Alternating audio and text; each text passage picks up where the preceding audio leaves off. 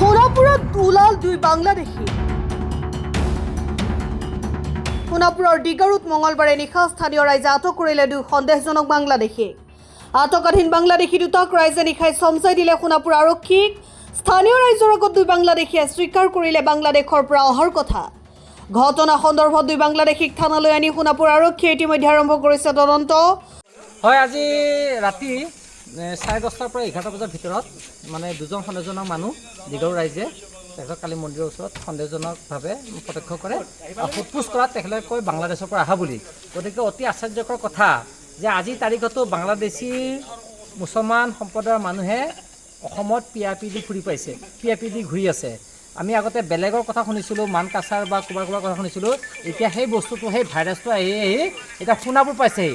আপোনালোকে গম পায়, যোৱা 2-3 মাহ আগত আমি বাৰঘাটতো দুজন ৰাইজৰ সহযোগত, সোনাপুৰ আৰক্ষীৰ সহযোগত দুজন বাংলাদেশী ধৰিছিলোঁ আৰু আজি সেই পুনৰ প্ৰমাণ কৰিলে। আৰু শুনক, আৰু এজনে কৈছে, কিছুমান মানে কৈছে এজন মেণ্টেল, সেইজন মেণ্টেল নহয়। যদি মেণ্টেল হ'লহেঁতেন ইমান দূৰৰ পৰা কেনেকৈ আহি কেনেকৈ মন্দিৰত সোমালেহেঁতেন, এইবিলাক তেওঁলোকৰ মানে এটা চতুৰামি। গতিকে এইবিলাক ক্ষেত্ৰত চৰকাৰে কঠোৰতমভাৱে দমন কৰিব লাগিব।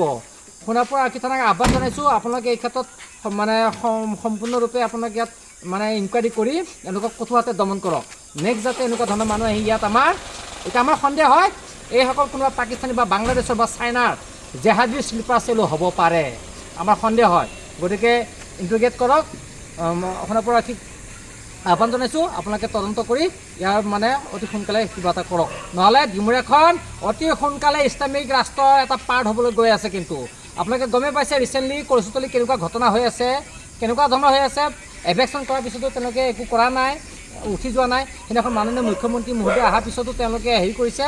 গতিকে এই ক্ষেত্ৰত আমি সচেতন নাগৰিক হিচাপে, আমি ডিমুৰীয়াবাসী খিলঞ্জীয়া হিচাপে আমাৰ খিলঞ্জীয়া এটা দাবী, আমাৰ বাংলাদেশী মুক্ত, আমাৰ ডিমুৰীয়া লাগে, অসম লাগে, ভাৰতবৰ্ষ লাগে।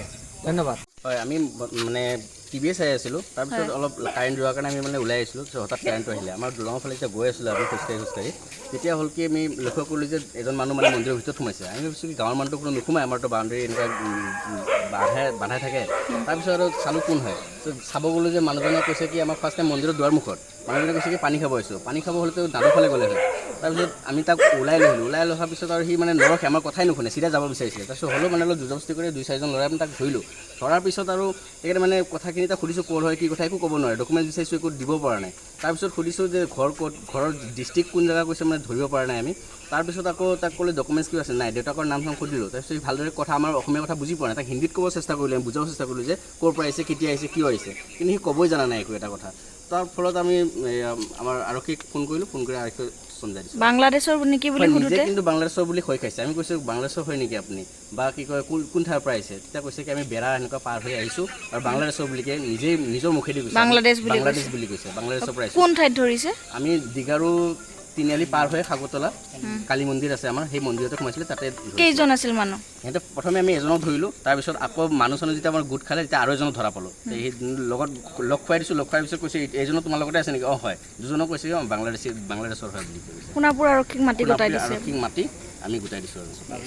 তাৰপিছত আৰু এজন আছিলে, কি কয়, এতিয়া সিহঁতে কৈছে আৰু এজন আছে নেকি, সিহঁতে কৈছে আৰু 3জন থকা বুলি কৈছিলে। এজনক ধৰিছে, আৰু এজনটো পালোঁৱেই আমি বিচাৰি। আৰু এজন আছে, সেইটো বিচাৰি পোৱা নাই এতিয়া বৰ্তমান, আশে-পাশে আছে চাগে। দুজনক ধৰিছে। দুজনক ধৰিছোঁ। সোনাপুৰৰ পৰা সঞ্জীৱ ডেকাৰ ৰিপৰ্ট, অসম টাইম।